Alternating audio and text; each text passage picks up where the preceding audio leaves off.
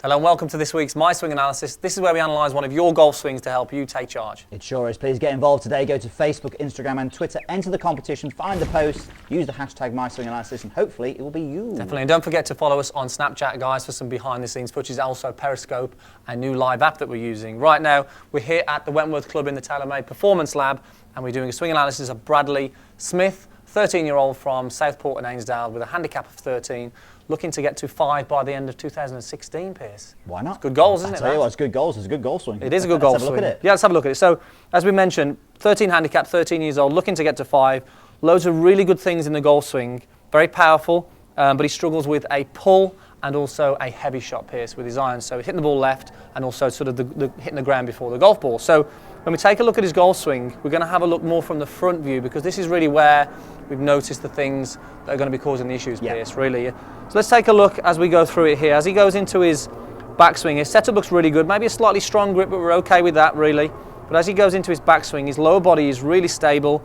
He makes a really good wind-up with his torso. He's primed, ready, you know, with a great backswing there, Piers, isn't he? Really good. As he starts the downswing, we want you to pay attention to his trail foot. We'll see that it comes very much up early onto the toes and almost sort of goes back a little bit. It doesn't sort of get onto the inside of that foot.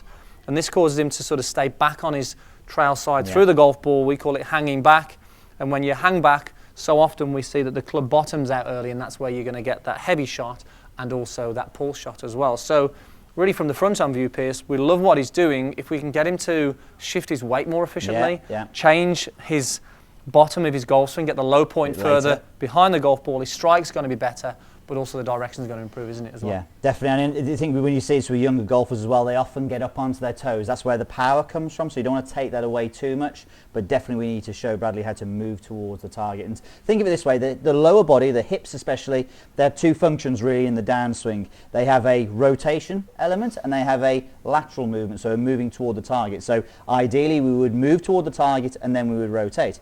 Bradley is fantastic at the rotation, as you saw there, but he could be better at the lateral part. So the drills we're going to do are going to help that. Definitely. We're going to use TrackMan here to show how we can change the angle of attack and the low point just by doing these simple drills, really. Yeah, so we're going to hit a bad shot and a bad weight transfer potentially and a good one. Shall I hit a couple now? Yeah, let's hit some good ones and let's talk about what we want to see in that downswing, really. Okay. Well, I've only got room for one good one, hopefully. Hopefully this is the one. So let's have a go with that and we'll get some key numbers. Okay, so 6 iron.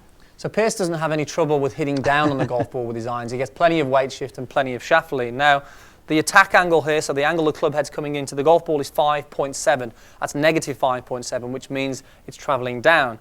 Okay, now the low point is 5 inches after the golf ball. Okay, which is fine with an iron. That's going to get that divot, ball followed by the divot.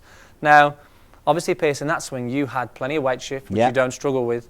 Interested to see now if we do Bradley's golf swing, see how that influences the attack angle and the low point. So absolutely, what we're going to do on this one is from the top of the backswing, I'm going to rotate the lower body. I'm going to feel like the pressure stays on the back foot.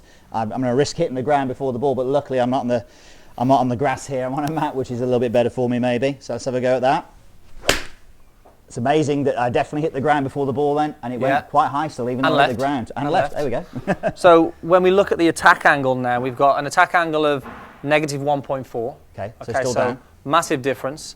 And the low point is 1.2 inches after. So you're still hitting down, okay, which is, we know that you do anyway. I don't think I can hit up with the 6 iron. Exactly. So all we've done there is by hanging back for you, Piers, you've moved the attack angle and moved the low point a little bit further back. And it's relative to the golfer as well. Now, if Bradley's saying that he isn't hitting the ground before the ball and he isn't sort of pulling it to the left, we wouldn't actually be working on that too much. But because that's what his fault is, and then when we see the swing, that's obviously hopefully what's going to remedy it. Okay, so we're going to give you 2 drills to work on here, Bradley. First one is going to be more of a feeling of getting the pressure into the lead side, isn't it, Piers? Yeah, definitely. So we call this a split stance drill, a stalk turn, whatever we want to call it really. But from here, what we're going to focus on is getting the weight into the lead leg at setup to start with, and then literally just keeping it there. You'll see that the back leg is on the ground hardly doing anything.